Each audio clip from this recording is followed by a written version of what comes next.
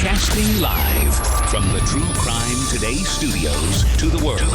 This is Murder in the Morning with Tony Bruschi and Stacey Cole. From the Hit Killers Podcast, Murder in the Morning. Tragic case in I don't know how to pronounce that. You can probably skip it. I'll find out where it was. Atascosa County, I think. I don't know. Atascosa? Atascosa. I'll take an Atascosa with extra cheese, please. Thank you. God, that sounds good right now. An Atascosa. Those are great. The cinnamon and sugar ones for dessert are pretty good, too. They've led to the arrest of a mother and stepfather after their 12-year-old daughter, Miranda Sipps, died following what authorities describe as a critical delay in seeking medical care for severe injuries. According to the Atascosa County Sheriff's Office, the incident began when 36-year-old Denise Balbaneda called 911 on Monday to request medical assistance for her daughter.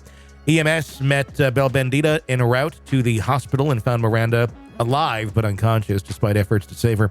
The young girl died nearly 2 hours after arriving at the hospital.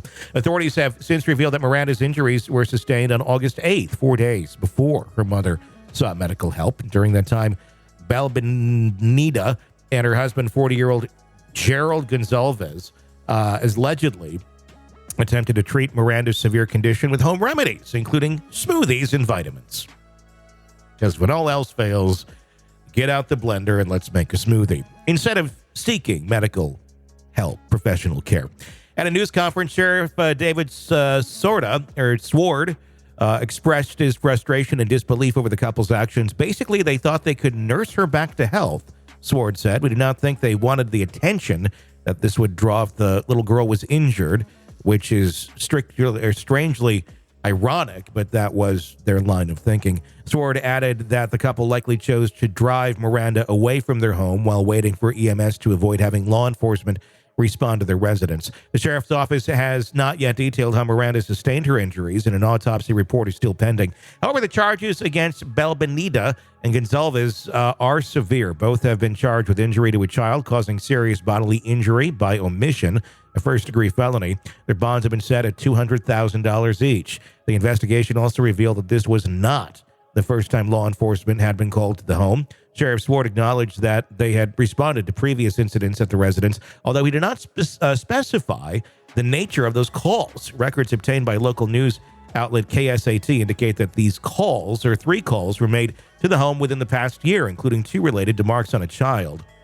The case has raised significant concerns about the welfare of children in similar situations where parents or guardians may delay or avoid seeking necessary medical care due to their own fear of legal repercussions or drawing attention to their actions. Sheriff Sword emphasized the importance of promptly seeking medical help when a child is injured, regardless of the circumstances. This case is heartbreaking, a reminder of what can happen when parents don't seek the care their children need, Sword said. Miranda might still be with us today if her injuries had not been treated sooner. As the investigation continues, authorities are working to piece together the events that led to Miranda's injuries and to determine whether additional charges may be filed against Balbaneda and Gonzalez. The community, meanwhile, is left grappling with the tragic loss of a young life, the disturbing circumstances surrounding her death. Miranda Sipps' death was not only brought grief to those who knew her, but also sparked a wider discussion about child welfare and the responsibilities of parents and guardians in ensuring the safety and health of their children. Well, we've talked about that many a times on this program. And just how overworked the child welfare system is, and there's not enough people to keep up on it. And for some reason, it's never been made a priority in our country, and this is why we are sitting in the situation we are today. Well, you had left the city that I'm in. You and I worked together. For those of us who are listening and maybe didn't know our history together, we worked together around, 2001? Yeah, 2001, 2002. So in 2013, in central Wisconsin, there was some parents who decided to pray for their daughter rather than medically treat her diabetes. So it wasn't like she was injured physically and didn't get medical help, but she was slowly dying, basically. Mm-hmm. And the Wisconsin Supreme Court upheld homicide convictions against the 2 parents who chose to pray for her. versus getting her the medical care that she needed. And this case just kind of reminded me of that. Like, you have an obligation to provide care for your child. And in a civilized society such as the United States, that includes taking your child to the emergency room should they need emergency help. Yeah. Whether you have the funds or not, because they'll treat your child. They'll, payment comes later. They'll deal with that later, whether it's through some sort of badger care is what Wisconsin has, or it just gets written off, or, things like that. But you'll get the care you need. So I just don't understand not seeking care when your child is in trouble. I don't either. I don't even know what to say to that, because it goes against everything that has to do with being a parent. And it's basically, you're caring more about something else than the health of your child.